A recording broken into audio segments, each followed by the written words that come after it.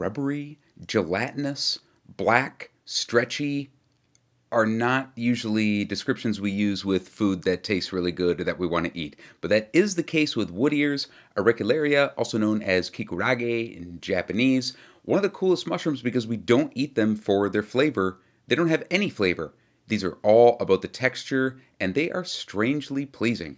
This is a longer video. We're going to go over a bunch of different things. Varieties of wood ear, really good ramen, Chinese wood ear salad, ajitsuke kikurage, a ramen condiment, and a few other recipe ideas. This is such a fun video. Okay, first, the varieties. If you go to your local Asian supermarket, you might be able to buy fresh wood ears, and the fresh ones are really great. If you can find them, make sure to buy some. The texture is better than the dried, but dried are what most people use. That's Auricularia americana. Those are the ones that I was picking with Sam Thayer. Then you have, those are the same dried black ones that I just had, and you can hear that they're kind of brittle. Now these ones are the tough, coarse, hairy, spore-bearing surface ones. This is Auricularia cornea, and these are also sold right next to the other dried wood ears if you are purchasing them, and they're both just labeled dried black fungus, and it's really confusing. But they are different species, and the lighter ones, the ones that are not as thick, are the ones that I prefer that you want to use for soup and salad. Here's some dried mushrooms next to the same fresh mushrooms. You can see they'll tear apart. They have a good texture. The fresh ones are a little bit more tender though. Now, I was picking these in the snow this week with Sam Thayer, and we were picking them on balsam fir, and most of the trees had Schizopora paradoxa on the balsams where we were finding the wood ears. But yeah, literally picking them in the snow. The first recipe is wood ear ramen. So good. First, on the ramen types, this is how to make a really good ramen. I grew up eating the Maruchan in college.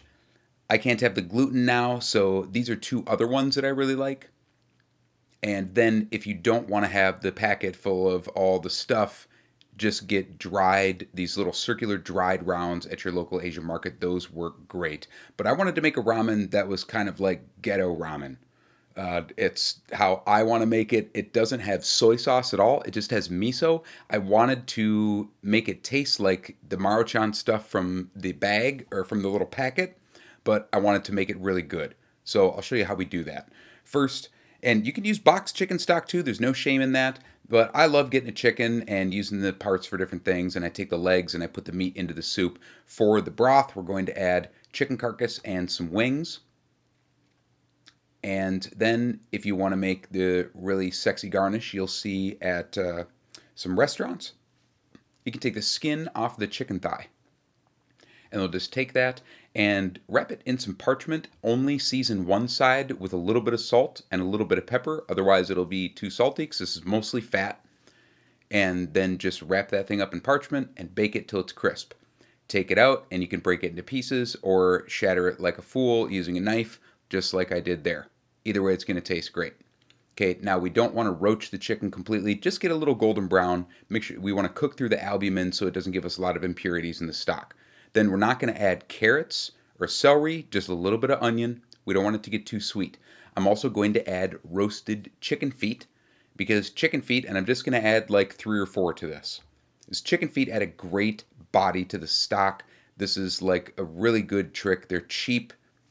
Try it out. But don't make a stock out of only chicken feet because it'll be like drinking liquid chapstick. That's how strong they are. So make your stock, cook that for an hour or two, strain it up, and then once you chill it, you can see it should look like that. And this is another batch that I made that I accidentally boiled while I was reducing it, so that's why it's opaque. But we're going to add miso, it's okay. Take your wood ears, you could use fresh ones or dried ones, and just cut them into little strips. Doesn't have to be perfect. All you have to do is twist them up with some noodles. Take that broth. Here's the secret. We're just adding miso. There's no soy sauce. There's no packet of stuff. It's a straight up, and it's really good. I'm going to add some sliced shiitakes so we have a contrast of mushroom textures, and the shiitakes have a little bit of flavor too. They have a great flavor. And one of the secrets about ramen is cooking the noodles in the broth. We're going to add that chicken at the end. I'm going to add some ground Szechuan peppercorns, prickly ash, and that's it. But I do love me a nice gooey ramen egg. Yeah, that looks good. So that's just a 6-minute egg. I don't marinate it in soy sauce because I like them white. A little bit of black sesame on there and a little bit of hot chili paste. This is actually Mexican chili paste my mom got me, but it was really good. Don't tell anybody. Stir that in. There's something just strangely pleasing about twirling ramen noodles with a chopstick, don't you think? Okay, Whittier salad. This is a classic Chinese dish, traditionally made with all dried mushrooms. And Fuchsia Dunlop has a really good book on Szechuan cuisine where she makes it with different dried mushrooms, but wood ears are very commonly used. Rehydrate your dried wood ears in some boiling water, let those cool, and then just cut them into strips. And you can boil them, you can steam them. They're not going to get more tender or less tender. Here, though, I am cutting out where it attached to the tree or the substrate because that can be a little bit tough. And now we're just cutting them into strips. And to add some different texture, I'm going to add some fresh mushrooms too, just because I like fresh mushroom salad. So we're going to use beach mushrooms and shiitake, and we're going to steam those, and we will add those to them just for some extra texture so it's not just a pile of black. Then a little grated garlic. Okay, the Chinese black vinegar is absolutely key here. You're going to see this is used in another recipe too. This is super traditional with these. A little bit of sesame oil, a little bit of maple syrup instead of sugar, plenty of chili flake. This should be nice and spicy. Most of the things here should be. And then we're going to add a little bit of scallion, and the herbs are optional here. You know, pick and choose your favorite. That's mung, cilantro, and a little bit of prickly ash and a little bit of mint. The prickly ash, Szechuan peppercorns, you're also going to see that in a lot of these recipes. I pick these wild, but you can buy them. The ones that I use are much milder than ones you'd get in the store. Mix that all up, double check the seasoning. You might need to hit it with a little bit of salt. You can add fish sauce too to this. You can be super creative. And then for the garnish, this is my touch. Some different Asian restaurants, you'll see fried shallots and fried onions on things. These are how I make fried shallots at home without a deep fryer. It's the perfect garnish for this, okay? It's worth making. Just dredge your shallots after you fry them, after you slice them into mandolin in flour.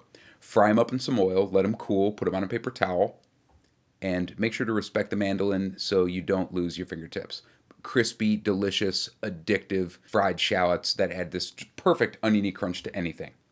Okay, this is the ramen condiment. This is basically the same thing. This is the Japanese kind of salad made out of wood ears, and you can just add this to ramen as a condiment. Take rehydrated wood ears. I added some more mung cilantro. The cilantro is not traditional. Traditionally, it's just black. A little bit of grated garlic, a little bit of grated ginger. I'm going to add some more of the black vinegar. It's kind of like balsamic, but less sweet. It's like nice and yeasty. It's really cool. Mix that all up. Again, this should also be spicy. Top up with a couple sesame seeds. And I can serve that like seaweed salad too. You can make it a little sweet. Very, very cool way to eat mushrooms. Okay, simple stir fries. I have a little chicken. Add the rehydrated or fresh mushrooms, garlic, ginger, scallion, a little bit of herb, a splash of soy sauce. Done. So much fun. This is this little snack that I made because I love spicy noodles and mushrooms. Just a couple shiitakes. And you don't want to saute the wood ears. They'll pop and explode. And I had some migrate out of the pan. So I had a little chicken stock. Cook that up. I'm going to add some chili paste left over from making kimchi. Cook that up. We'll add some sesame oil at the end. Peanut oil and crushed peanuts would also be awesome. Just look at that. It is so spicy. I just love that. I hope you had a little fun learning about wood ear mushrooms, some of the different types, what you can do with them. And if you want any of the recipes, just go to the video description and links are in there to my website. Thanks for watching.